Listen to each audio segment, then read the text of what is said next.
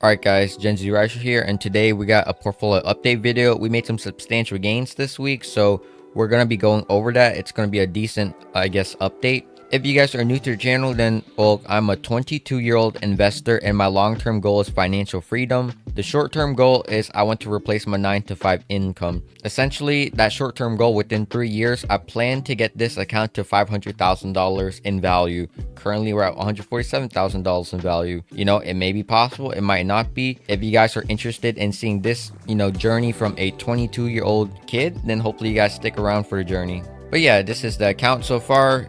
At least according to Robinhood, we're up $2,500 this week. We're not in margin right now. You can see our individual buying power, margin total, account, information. We can go to our spreadsheets.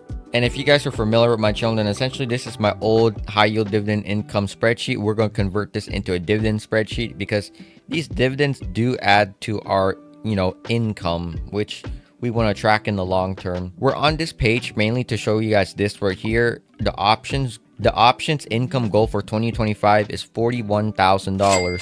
For me to reach my goal of getting this value to 500k, part of the journey is we need to be able to make 41k per year to stay along with my projections. We started options trading, again, specifically the wheel strategy, cash gear puts, covered calls, even though I've never done covered calls. We've done 2 rolls before, and the rest of the time, if we get a sign, we basically, because the market's going up, I was able to sell the next day for a profit if I got a sign. But yeah, 21% towards the goal year to date. We made $9,000 so far trading our own options, which feels really good. To get a closer look at our trades, well, actually, before we get there, this is my new, I guess, options income tracker. We started this 1 to 2 weeks ago. Well, I guess this week. So we're not going to see how much I made on week 2, week 3, week 4 for the previous month, because this is the second week of May and we started this tracker this week. So this is the second week of May. And this month so far, and this week, we made $2,365. So yeah, I mean, we're pretty much 25% of the way almost to our yearly goal, even though we started 2.5 months ago. We can go to the options tracker, and this is where my trading information is at. You can see we started on 5.5, and 5.9 was yesterday, which is Friday, the end of the week. We do 0 days to expiration QQQ contracts, and the reason for that is because it's kind of a non-loose strategy. And yes, you don't want to say something is non-loose in the market. Anything can happen in the market, we know that. But essentially, if I'm doing options on QQQ, the worst thing that can happen is if I never sell for a loss, and if I get, if I end up getting a sign and the market crashes and I end up bag holding, the worst that can happen is, I can't do covered calls and I'm just stuck holding the stock, right? This is QQQ. In the long term, it'll go up in price in the long term. So if you hold it long enough, it will, essentially go back up, and then you won't ever have to sell for a loss. That's kind of why I call it a non-loose strategy. This isn't something like, I mean, I don't know, Tesla, for example.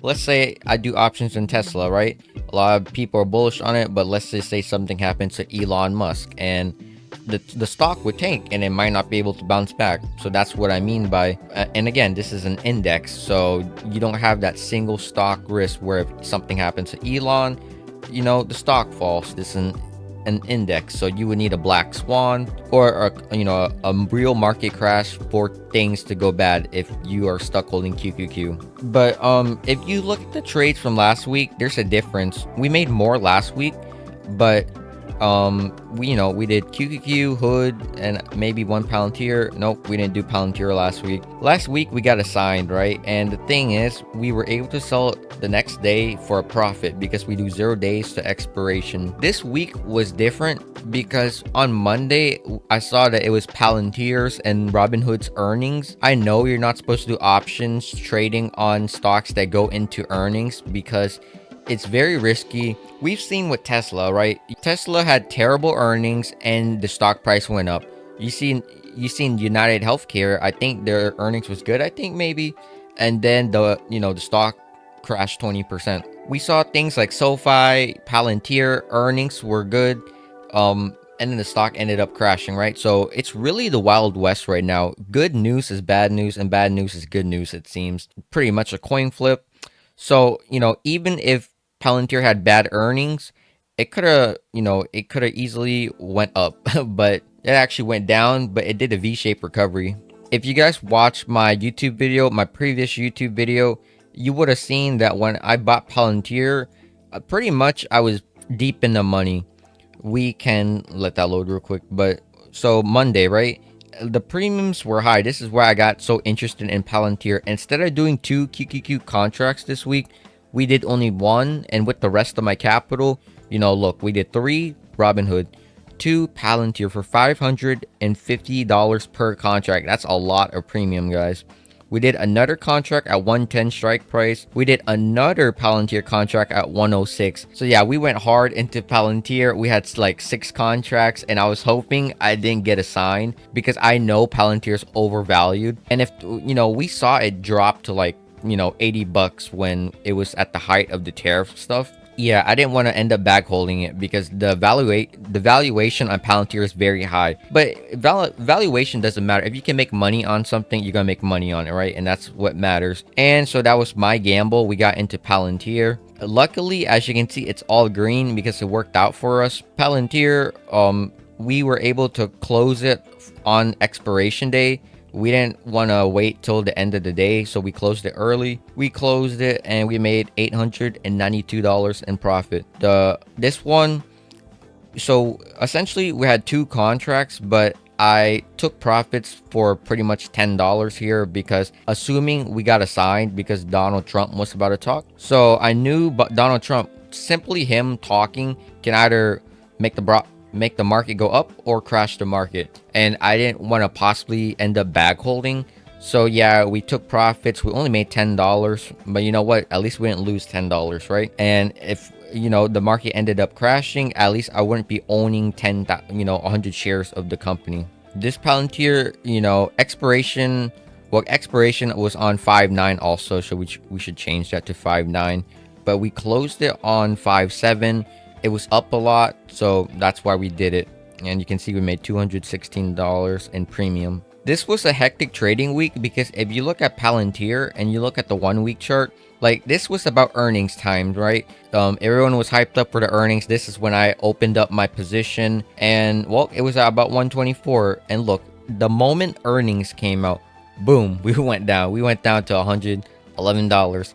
And then when the market opened up, boom, we went to $106. Guys, the smart thing about me, or I hope it's smart to you guys, is we ladder our option trades if we open up multiple contracts, right? So we got 117, 110, and 10, if I can find it, $106 strike price. We didn't have all 6 contracts at 117 because if we were in the money, we would be assigned on 6 contracts. But if we were trading at $115, well, only these 2 contracts would be in the money, and the other 4 would expire worthless. That's the concept of it. So yeah, guys, I mean, this was a hectic week because you can see we were pretty much in the money on almost all 6 contracts over here. We went up a little, $110. This is about the time where I took profit. And then luckily enough, the market went back up, and it went by Friday. It went past the 117 strike price, which means I was pretty much out of the money on all 6 contracts. And I was like,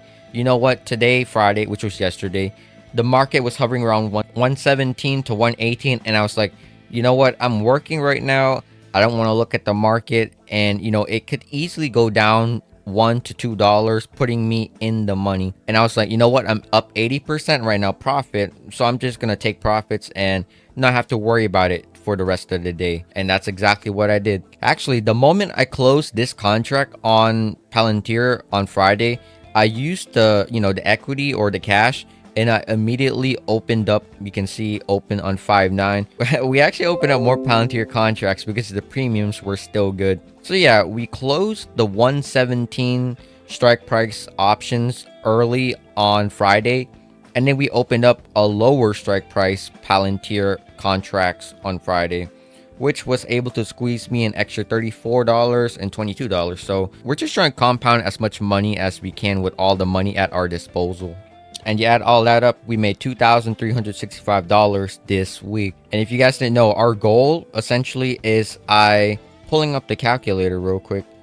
So you guys know my goal. I essentially trade 2 QQQ contracts per day, right? And my goal is to make $62 per contract per day, which equals $124 per day. Times that by 5 days a week, and that's where you get 620 to 625 from. And with the rest of my money in my account, because if you go to my home screen, so even though we got $118,000 in cash, about $96,000 of it is used to buy 2 QQQ contracts per day. So with the rest of my individual cash, that's what I mean by my other money. So yeah, my goal is to make $620 per week, and with the rest of my money, I plan to make an extra $240 per week. So my bottom line goal per week options trading is $860 in profit. And obviously we made $2,365 this week. So we, blew expectations out the water this week, and we did it even better last week because we made, even more money last week. But yeah, guys, that's our weekly update video for our options journey. Hopefully next week we can get to $150,000 in portfolio value. That's gonna be our next short-term milestone. If you guys made it this far to the video, hopefully you guys like and subscribe. And please check out my Discord. It's a public Discord server. The link is in the description. We all do trading. All of us are different in the Discord. We might trade options. We might be long-term buy and hold people, buying indexes only. But we all have a similar, I guess, interest, which is finance. And this is a neat place to bounce ideas off of each other. But yeah, guys, if you made it this far, then thanks for watching, and I'll see you next time.